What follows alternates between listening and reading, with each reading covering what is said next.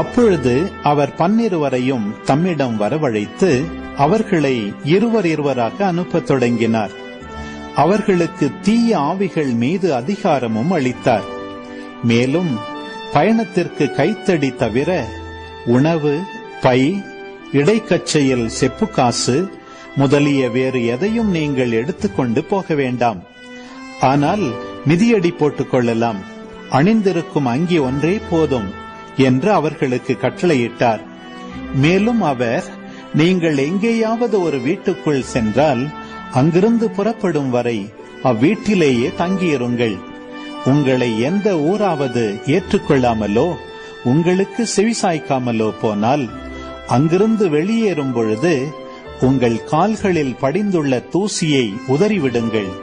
இதுவே அவர்களுக்கு எதிரான சான்றாகும் என்று அவர்களுக்கு கூறினார். அப்படியே அவர்கள் புறப்பட்டு சென்று மக்கள் மனம் மாற வேண்டும் என்று பறைசாற்றினார்கள்.